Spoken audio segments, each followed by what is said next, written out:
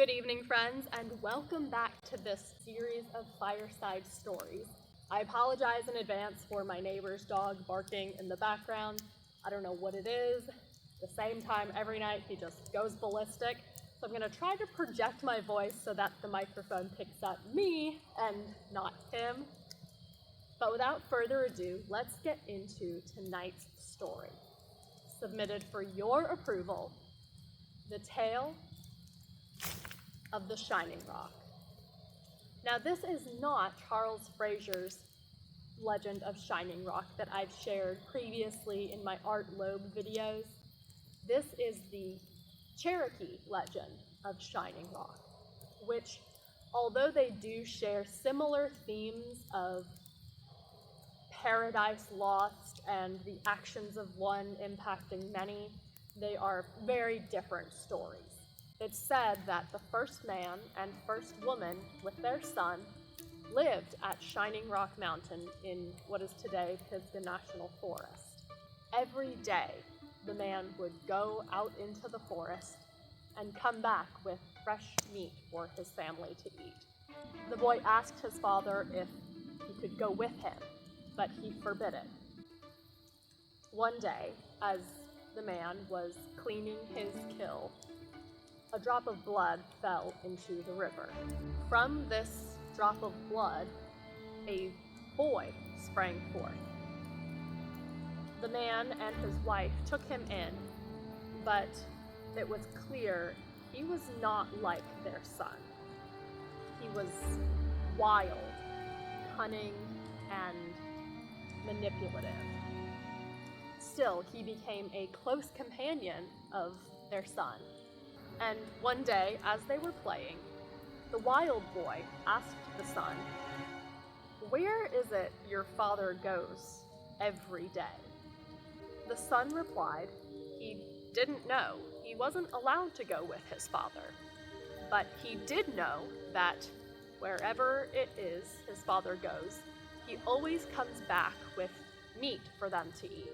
The wild boy posed a second question. What then will happen to us if your father were to die? If we don't know where he gets the meat, we'll surely starve to death. He had a point.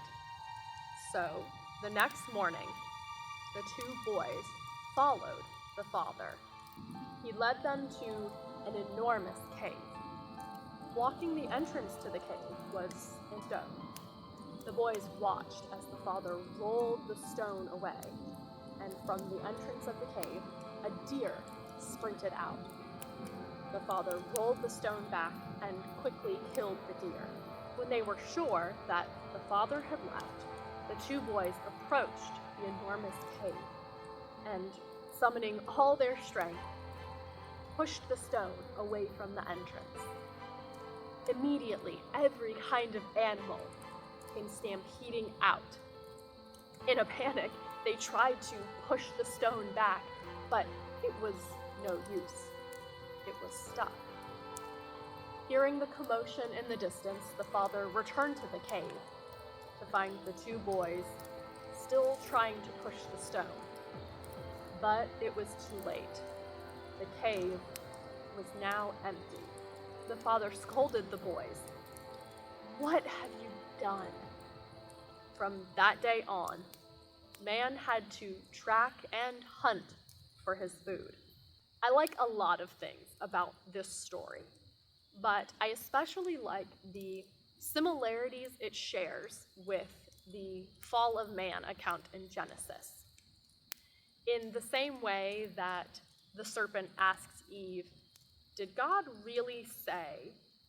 the wild boy asks the son, "Is it really so bad if we defy your father?" And as a result, there are catastrophic consequences which come to affect all mankind going forward. Now, there are many other tales of the first man, woman, their son, and the wild boy, but we only have time for this one tonight. Hopefully you enjoyed tonight's story. This is one of my favorite Native American legends that comes out of Western North Carolina. A close second would be the legend of Standing Indian, which, if you haven't seen my trip video for Standing Indian Loop off of the AT, go check that out. I tell that story by the campfire. And if you do, know that I have stepped up my shadow puppet game significantly since then. All right, that's all I have for you tonight. Again, I hope you enjoyed this story, and I can't wait to see you again next week.